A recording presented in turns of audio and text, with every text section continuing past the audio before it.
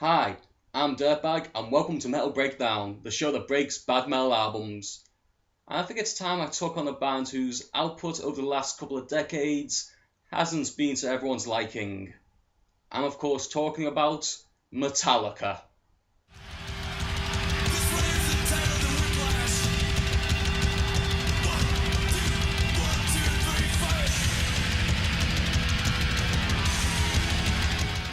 What can I say about this band no one else has? They're part of the big four of thrash metal, their songs and musicianship knows no equal, their riffs crushing, their solos soaring, their albums influential. Any way you slice it, they're the biggest metal band in our lifetime. So where did it all go wrong? Well, during their tour to support their third album, Master of Puppets, bass player Cliff Burton sadly died in an off-road accident while touring in Sweden. Great, you give us ABBA and you take away a shit-hot bass player. Thanks a bunch, Sweden! But the bands didn't stop. Even with the death of Cliff, they found a new bass player in Jason Newsted. They released And Justice for All in 1988 and carried on touring. It was when they went back into the studio for their fifth self-titled record, nicknamed the Black Album, the band decided to work with producer Bob Rock to get a more radio-friendly sound. Rock has worked with bands like Motley Crue back in the 80s, and the thing is, Metallica were part of a movement known as thrash metal, which acted much like a counterculture towards the more accessible hair metal. Like I said last time, it helps when you watch cartoons. And in 1991, the Black Album was released, topping the charts in 10 countries and selling 30 million copies worldwide. The band also went on tour many times to promote this album, and it wasn't until 1996 they released yet another record. And that's where Load comes in, and for an added bonus, I'll be looking at Reload as well.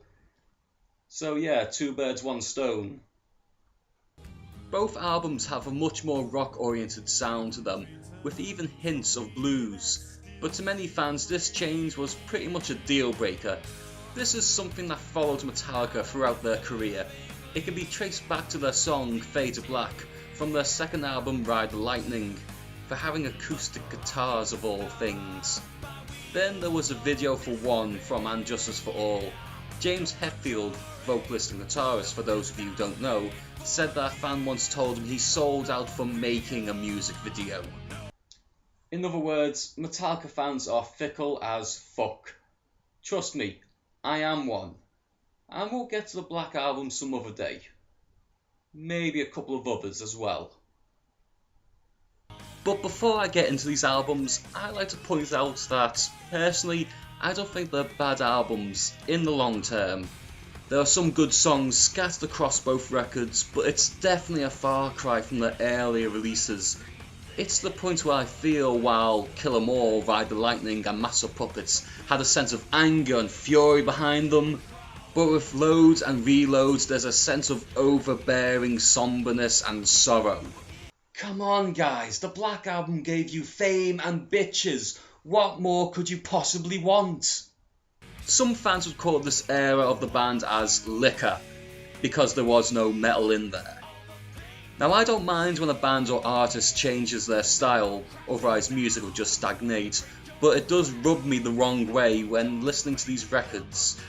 Makes me wonder if Lars Ulrich, the drummer, went up to the rest of the band and said, "Yeah, alright guys, listen, from my perspective, we made ourselves a bunch of dollars, so let's do whatever the fuck we want, Metallica." But it's their bands, they're free to do what they want, can't do anything about it. But I can at least share my thoughts, no matter how twisted, about these two albums. Let's get into it.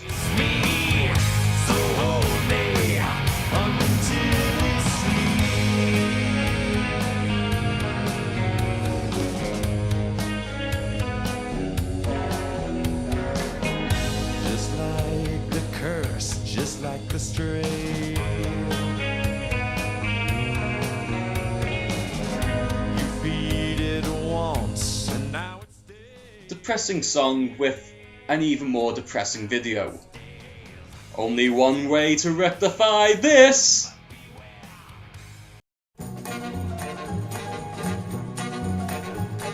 Sunshine, lollipops, and rainbows. Everything that's wonderful is what I feel when we're together.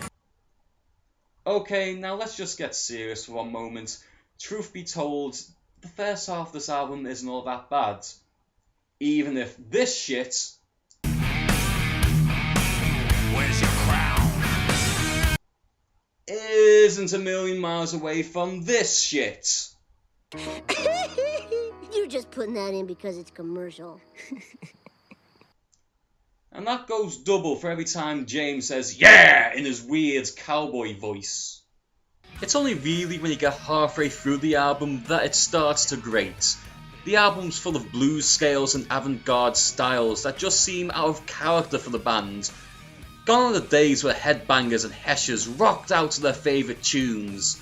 Like these, for instance.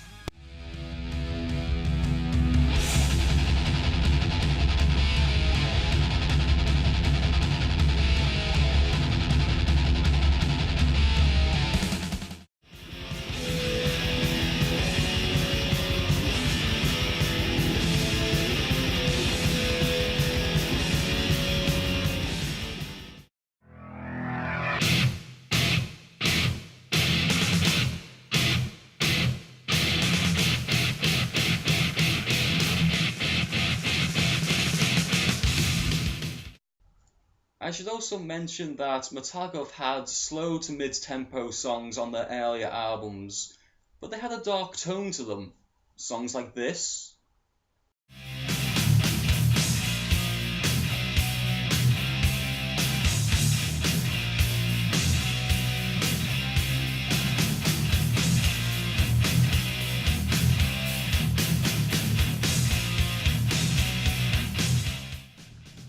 While here we have Open door so I walk inside.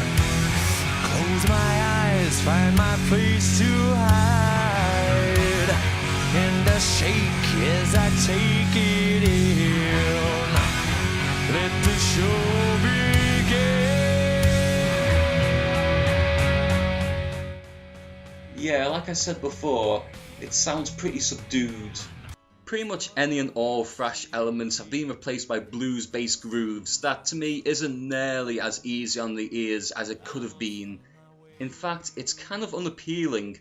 Hell, Mama Said is an out-and-out country and western song. My heart go. Let your sun grow. Mama, let my heart go. Or let this heart be still. Yes, still. James, what happened? You used to write songs about war and Phantom Lords and other cool metal stuff, but here, you're talking about your mummy issues? I mean, what happened? Did your balls drop off? But back to the music. Like I said before, the first half of Load is a good rock album, but with the rest waning. Hell, Ain't My Bitch is a brilliant opener to the album, even more so than Enter Sandman from the Black Album. But anything after the song Bleeding Me just feels like filler. Really, saying anything else would just be nitpicking at this point. So let's move on to Reload. Give me fuel, give me fire, give me that which I desire.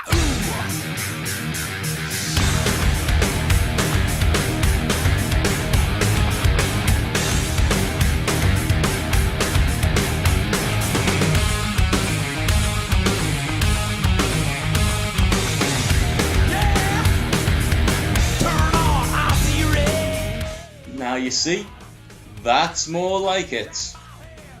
Reload has a much more straightforward rock sound.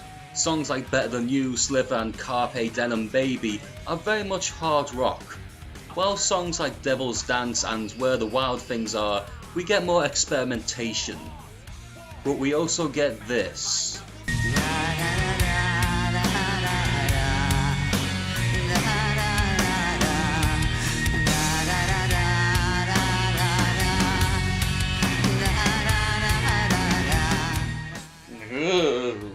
That's just creepy.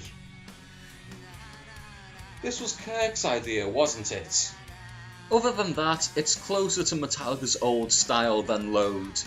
It's more in your face, but it still seems held back as they're appealing to a wider audience. Which seems odd as both records are almost 80 minutes in duration. Another thing off-putting about both these albums. And with that being said, there's not much else to say about these albums other than they're not good, but they're not bad. They're okay. I kind of feel like the band were going through a midlife crisis at the time. Man, I really wish there was more I could say. Wait a minute. The shades? The suits? James's coat in the video for King Nothing?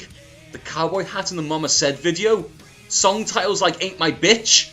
Could it be? Metallica are pimps? Think about it, Metallica pimped metal to the masses with the Black Album. It was such a huge success, the only way forward for the band was to become gangster, but they couldn't write rap songs and ended up with a bad case of the blues. It makes perfect sense. But that would just be silly now, wouldn't it? They were just going through a phase that, to me, honestly, just didn't do anything. I'm Dirtbag, and you've been watching Metal Breakdown. Keep it metal.